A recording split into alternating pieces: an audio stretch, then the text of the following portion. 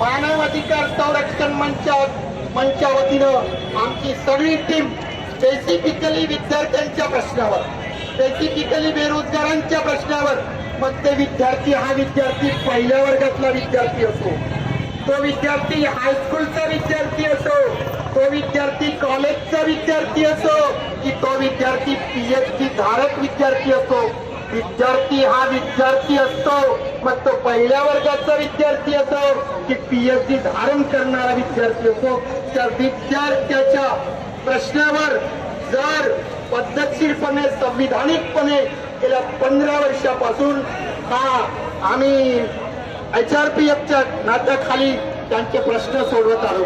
करोडो रुपयाचे प्रश्न आम्ही विद्यार्थ्यांचे सोडवलेले आहेत.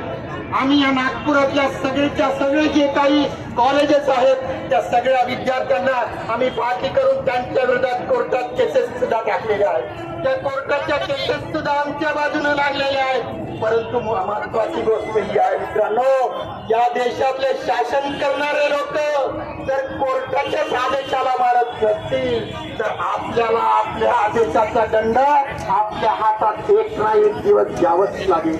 त्याशिवाय दुसरा पर्याय नाही. कारण ही लोकशाही आहे. लोकशाहीमध्ये अनेक प्रकारे आपल्याला आपल्या अधिकार मिळवून घेता येतात आणि सनदशीर पद्धतीनं, संविधानिक पद्धतीनं मोर्चा काढून आपले विचार, आपल्या मागण्या शासनापर्यंत पोहोचवणं हे आपलं कर्तव्य आहे. आणि म्हणून ऑरेंज स्कॉलरशिपच्या बाबतीत राजीवनं सांगितलेलं आहे, आपल्या स्कॉलरशिपच्या बाबतीत, विद्यार्थ्यांच्या बाबतीत आशिषनं सांगितलेलं आहे. फक्त मी एकच म्हणतो आता की आतापर्यंत खूप झालं, आपल्याला वरतून मिळत आला, आम्ही घेत गेलो, परंतु पुढच्या पिढीला काहीच मिळणार नाही याची व्यवस्था शासनानं केलेली आहे. आणि ही व्यवस्था, या विषमतावादी व्यवस्थेच्या विरुद्ध आपल्याला आज उठायचं आहे.